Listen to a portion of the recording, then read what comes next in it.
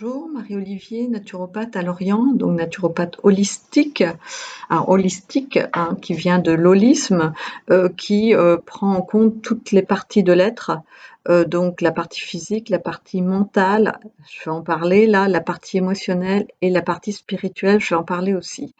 Alors pourquoi je vais dire que je vais parler du mental et du spirituel? Le spirituel étant pour moi pas la religion, mais la spiritualité qu'on s'approprie, hein. En fait, il y a 2 parties en nous qui s'expriment souvent. Il y en a un qui prend le pas sur l'autre malheureusement, alors que c'est juste une question d'équilibre. Il s'agit du mental, hein, qui, est représenté par l'ego et l'intuition qui, est la représentation de l'âme. Alors on en parle beaucoup, souvent, en fait pour, caractériser une réaction ou un positionnement égotique. On parle d'égocentrisme, on parle, d'égoïsme, on parle, on va dire d'orgueil aussi quand on parle de l'ego et en fait l'ego, pour résumer, c'est notre mental, hein, dans toute sa composition. Et l'intuition, c'est notre âme. Donc notre ego a bien sûr toute sa place, en nous. On peut pas le fuir, on peut pas le rejeter, on peut pas le mais on peut le diminuer. L'ego, donc notre partie mentale, elle apparaît à partir de 7 ans environ. Avant, l'enfant, que nous avons été, tous et toutes, n'avait pas d'ego. Donc du coup, il était léger, innocent, il jouait, beaucoup de joie, voilà, de légèreté. Cette partie en nous est toujours là, hein, elle est représentée par l'enfant intérieur, bien sûr, mais elle est recouverte par notre construction égotique qui a commencé donc autour de l'âge de 7 ans, en rapport bien sûr avec, ce que nous a transmis, heu, nos parents, hein, principalement, notre père, notre mère, voire un petit peu la famille, hein, bien sûr, le contexte des grands-parents ou des tantes, oncles, mais bien sûr surtout nos parents et s'est construit un ego, un peu binaire, on va dire. Un ego, c'est bien, c'est mal, j'aime pas, des choses comme ça, en fait. Donc il n'y a pas de place à la nuance au niveau de l'ego. L'ego donc est basé, sur, les émotions, de colère, de tristesse, et d'autres émotions secondaires, mais surtout sur les peurs. Donc l'ego, il est là pour nous protéger, en fait, dans notre vie, heu et aussi, on va dire, cadrer un petit peu les choses, ce qui est pas plus mal. Mais quelquefois et même souvent, il est trop présent. On est trop à son écoute. C'est le petit vélo dans la tête, c'est des ruminations, des angoisses, des anxiétés qui en découlent, des suppositions, que l'on fait, des projections sur un futur, qui est pas forcément positif. C'est ce genre de choses. L'ego, il dit beaucoup: «Il faut, je dois». Donc c'est un petit peu, on se sent forcé, vous voyez? On se sent forcé. Quand il y a un positionnement égotique, on se sent un peu contraint. Voilà, c'est pas fluide et en complément, parce que je dirais pas à contrario, parce que voilà, il peut avoir quand même une opposition, mais quand c'est en déséquilibre. Quand c'est en équilibre, les 2 marchent ensemble. Donc l'autre partie, c'est notre âme, donc représentée par l'intuition. Le fameux élan qu'on a, la petite voix intérieure qui est très rapide, très fugace aussi et qui, elle sait. Elle sait et si à ce moment-là, on est dans notre corps et qu'on a ce qu'on peut appeler un flash d'ailleurs, même dans notre corps, on va le sentir. On va sentir notre cœur qui se met en joie. Autant l'ego, il va s'exprimer, on va sentir qu'il y a comme une crispation en nous. Voilà, c'est un peu des petites nuances pour savoir, en nous, qui parle au moment, quelle pensée j'ai, si c'est une pensée plutôt tournée, avec l'ego, qui me joue des tours aussi, et ou alors la part de moi, la plus profonde, la plus essentielle, qui est la voix de l'âme, qui est l'intuition. Donc il y a des personnes qui disent, «Moi je n'ai pas d'intuition». En fait, ça s'apprend. Quand souvent on dit: «J'ai pas d'intuition», en fait, c'est que, la petite voix intérieure, elle est recouverte par le mental, par un manque de lâcher prise, donc de vouloir contrôler sa vie, les autres, ce qu'on est. Donc là, effectivement, l'intuition, elle va pas être, entendue, en fait. Elle va être difficilement entendue ou elle va être partiellement entendue. Donc en fait, le but, c'est de faire de la place à la petite voix intérieure, à l'intuition et à calmer l'ego. Alors il faut comprendre que l'ego part quand même de quelque chose. Alors j'ai parlé de l'éducation tout à l'heure et des comportements de nos parents. Donc par mimétisme, on va copier certains comportements. Mais il y a aussi une transmission de blessures, donc c'est pas l'objet de la vidéo, mais c'est quand même une explication pourquoi cet ego, de temps en temps, pour certaines personnes c'est souvent, voire tout le temps, se manifeste. Il se manifeste par rapport à des blessures. Et il se manifeste d'autant plus qu'on rentre dans le fameux triangle de Karpman, à savoir victime, sauveur, bourreau. Voilà, on rentre dans ce triangle relationnel-là et émotionnel, hein, il a plusieurs noms, le triangle de Karpman. Et là, on peut être sûr qu'on est dans une blessure. Donc l'ego, là, il se manifeste dans toute sa splendeur, il est gonflé, voilà, il est gonflé de chez gonflé. Donc l'ego peut nous dire faut pas, l'ego peut comparer, l'ego, mais attends, ça peut être même du dénigrement, par rapport à la blessure de rejet par exemple, hein. C'est les 5 blessures de que a bien, décrites Lise Bourbeau et là, l'ego, on va dire de dénigrement un petit peu, de critique intérieure, ça va être beaucoup par rapport à la blessure de rejet, parce que ça s'appelle un ego inversé. Et par exemple, la blessure d'abandon, ça va être un ego, on va dire, ben, de dépendance, hein, voilà. La blessure de trahison, ça va être un ego de contrôlant. L'ego va toujours vouloir contrôler la situation, contrôler, ne pas faire confiance, se contrôler, contrôler les autres, etc. Contrôler sa vie en permanence, mais dans l'axe plutôt de pas avoir trop confiance, de se méfier, de tout calculer. Donc ça, c'est un ego, par exemple, très fort.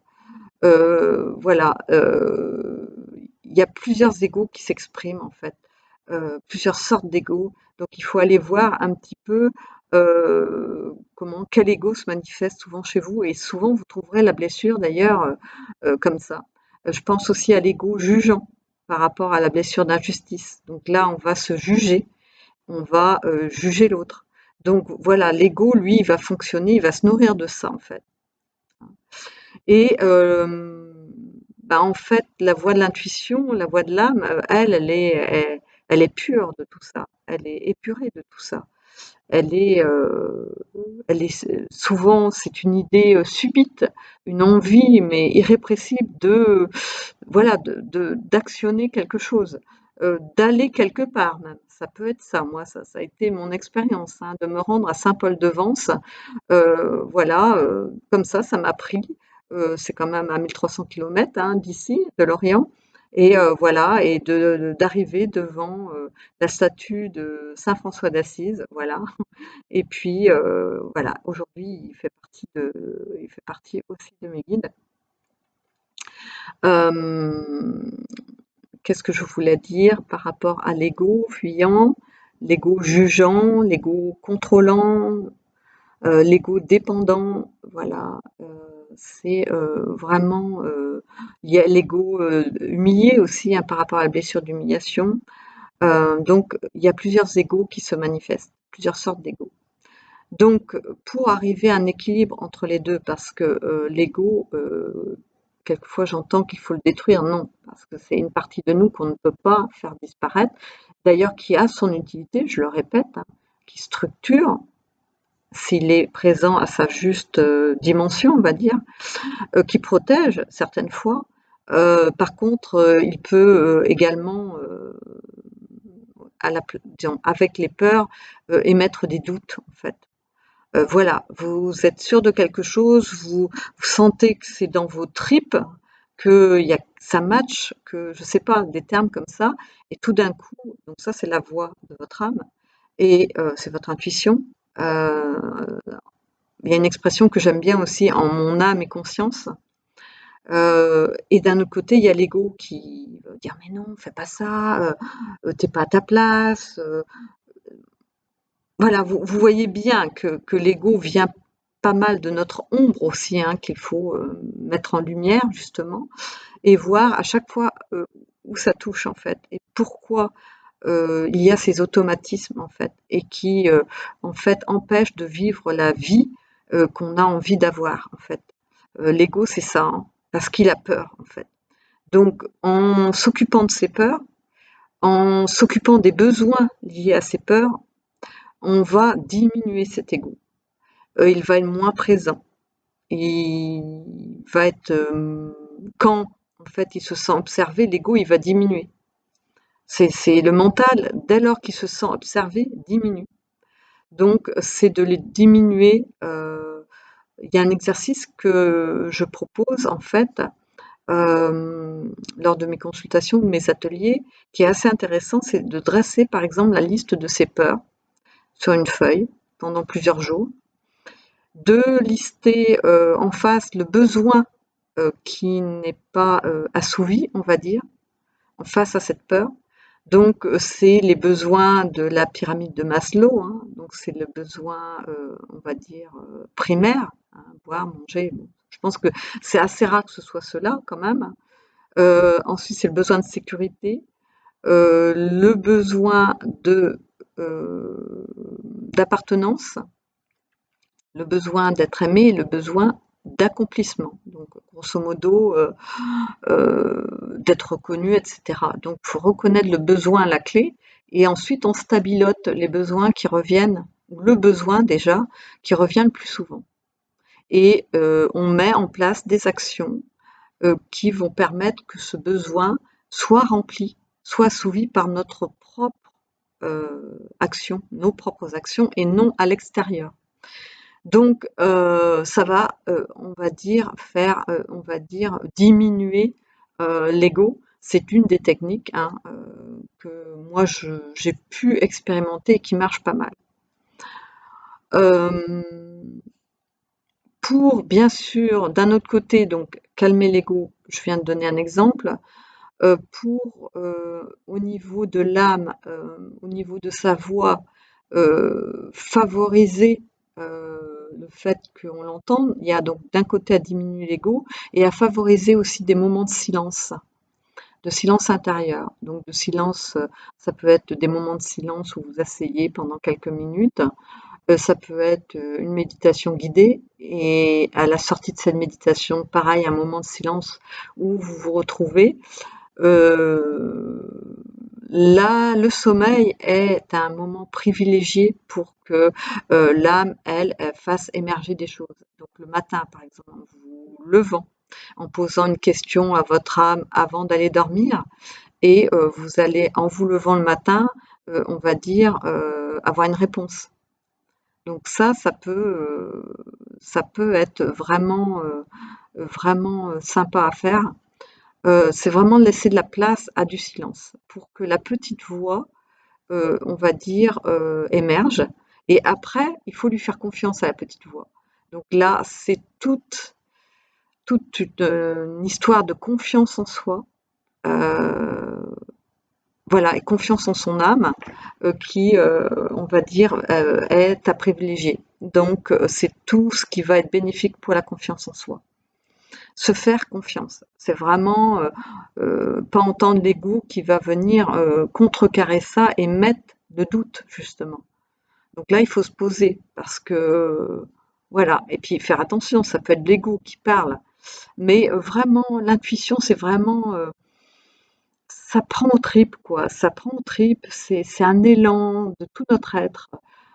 c'est une évidence, ça nous met en joie. Ça, c'est l'âme, ça. Voilà, si c'est contracté, ce que je disais tout à l'heure, en fait, c'est l'ego. C'est l'ego. Donc là, bon, après sur des décisions qui sont plus ou moins importantes, hein, ben il faut un petit peu se poser justement et voir qui parle en fait, si c'est l'ego ou si c'est l'âme qui parle en nous. Pour terminer cette vidéo que je voulais pas trop longue, j'ai fait un tirage des lettres hébraïques, hein, et j'ai trouvé la carte, donc la carte CAF.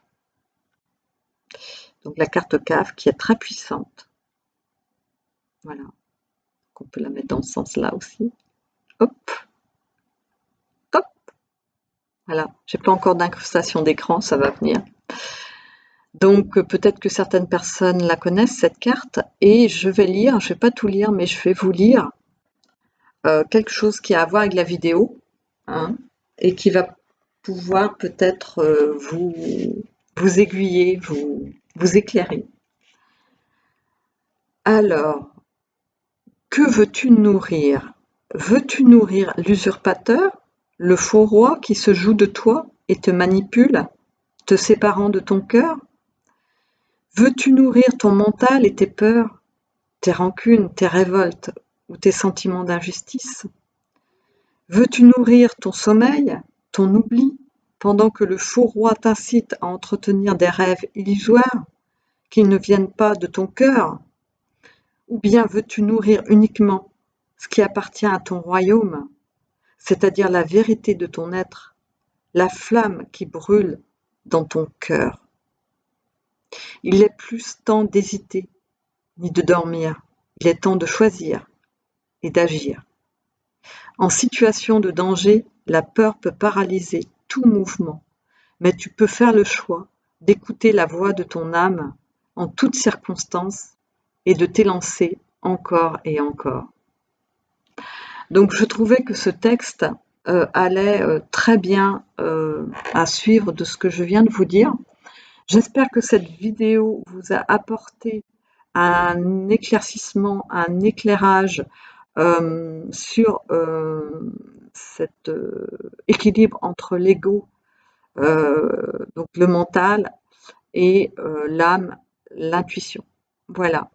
N'hésitez pas à liker, à partager cette vidéo, à vous abonner à ma chaîne qui débute, hein, qui est toute neuve, et puis à me retrouver sur mon site internet www.naturopathe-lorient.fr.